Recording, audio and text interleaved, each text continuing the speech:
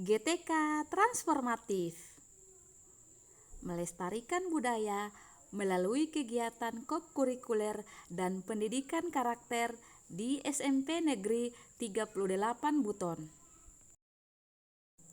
Selamat menyaksikan. Menjadi guru di daerah terpencil adalah panggilan hati yang tidak semua orang sanggupi. Bagi saya, pendidikan bukan hanya tentang mentransfer ilmu, tetapi tentang menumbuhkan karakter dan kecintaan terhadap budaya lokal di tengah arus globalisasi. Saya mengabdi di SMP Negeri 38 Buton sejak tahun 2021 sampai dengan saat ini. Sekolah yang terletak di perbukitan Desa Holimombo Jaya, Kecamatan Pasarwajo, Kabupaten Buton, Provinsi Sulawesi Tenggara. Setiap hari saya menempuh perjalanan sekitar 40 km dengan sepeda motor, melewati jalan tanah berbatu dan hutan kecil untuk sampai ke sekolah.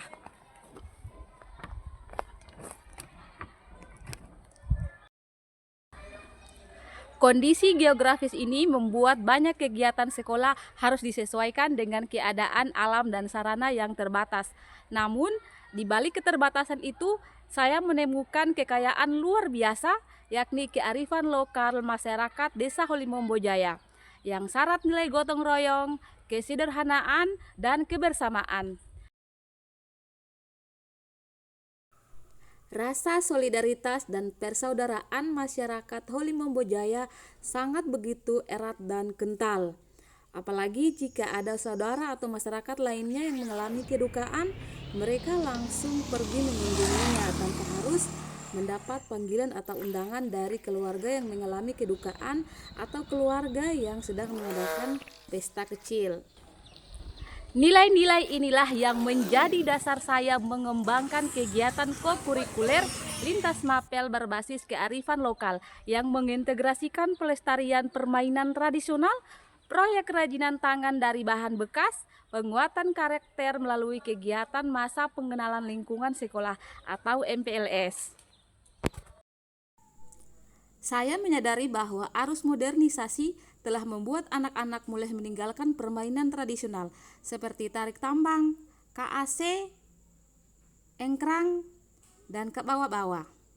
Padahal, permainan tradisional mengandung nilai-nilai luhur, kerjasama, sportivitas, disiplin, dan kearifan sosial. Di sisi lain, sekolah juga menghadapi persoalan sampah plastik dan barang bekas yang menumpuk akibat kurangnya kesadaran lingkungan.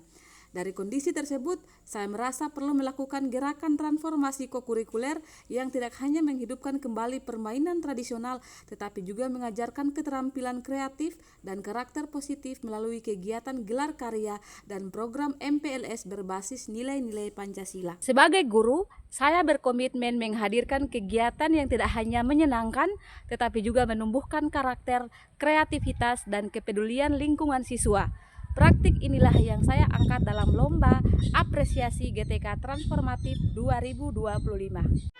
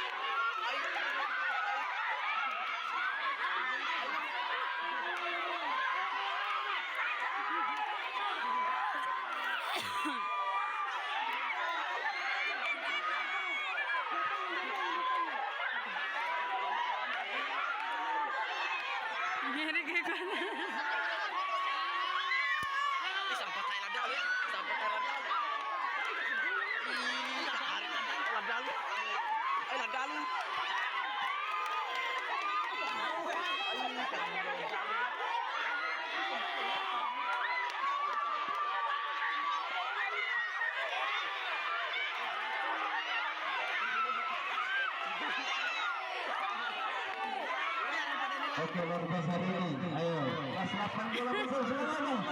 Ayo, siap Ayo, masing-masing kelas berusaha untuk memenangkan perlombaan. Ternyata 8-1.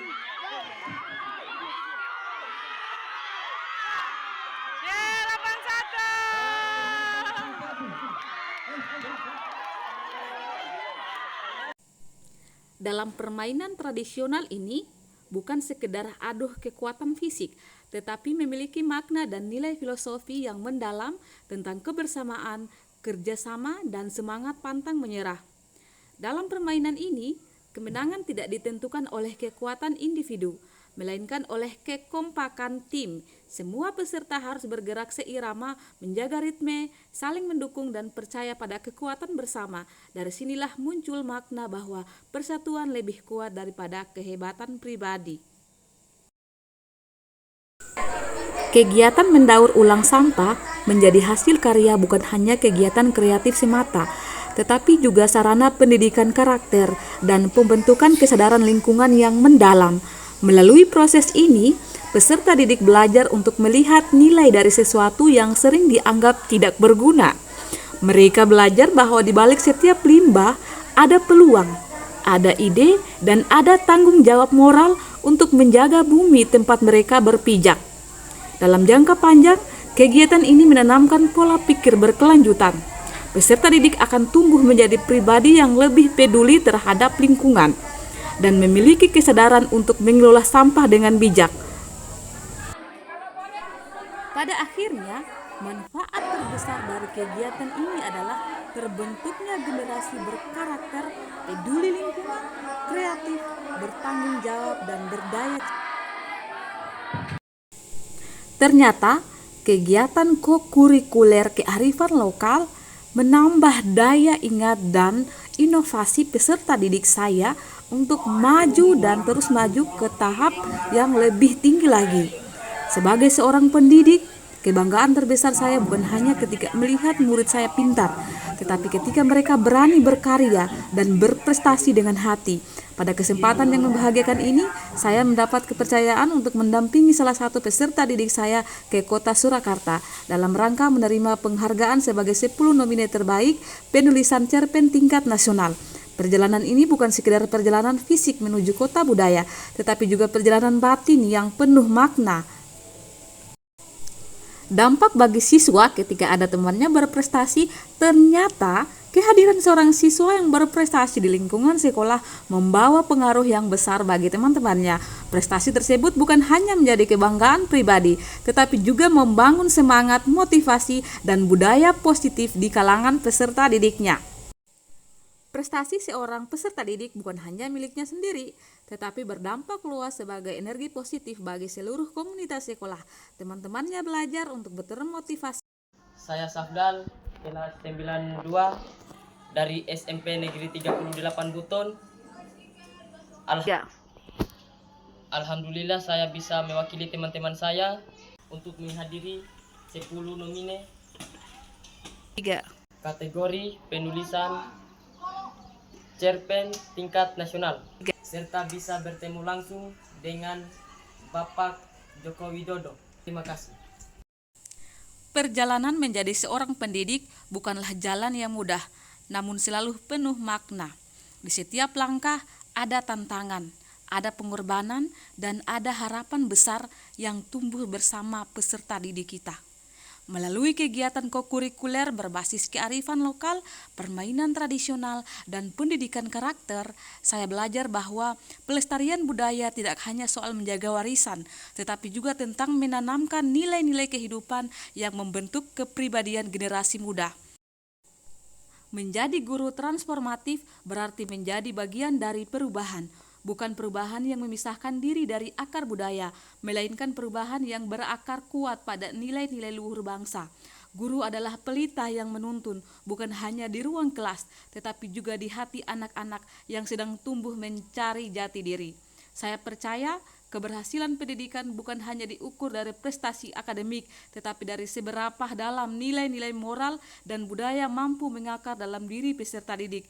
Ketika anak-anak mampu menghargai budaya sendiri, bekerja sama, dan berperilaku santun, di sanalah keberhasilan sejati seorang guru menemukan maknanya. Terima kasih.